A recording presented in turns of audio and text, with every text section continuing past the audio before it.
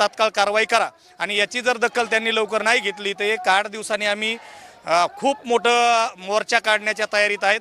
कारण त्याच्यावरती आम्हाला गप बसून चालणार नाही। पीडित कुटुंबाला न्याय मिळाला पाहिजे, आमची ही सर्व उपोषणकर्त्याची आणि वन्यजीव प्रेमीची मागणी आहे। या 2 दिवसामध्ये तुमचं उपोषण चालू होतं, मात्र कुणाकुणाचा पाठिंबा वगैरे मिळाला आणि या उपोषणस्थळी कुणी कुणी भेटी दिली? भेटी भरपूर झाल्यात। आता बऱ्याच जणांनी येऊन भेटी दिल्यात, समाजसेवकांनी दिल्यात, शासकीय अधिकाऱ्यांनी दिल्यात, संघटनेने दिल्यात, पाठिंबे दिलेत।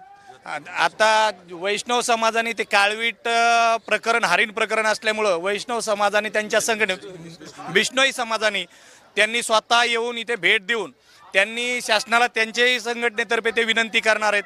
ते महाराष्ट्र राज्याच्या मुख्यमंत्र्यांनाही विनंती करणार आहेत, निवेदन देणार आहेत आणि ते नाही झालं तर ते जोधपूर राजस्थानमध्ये स्वतः तिथे मोर्चे काढून आंदोलनं करून उपोषणं करून ते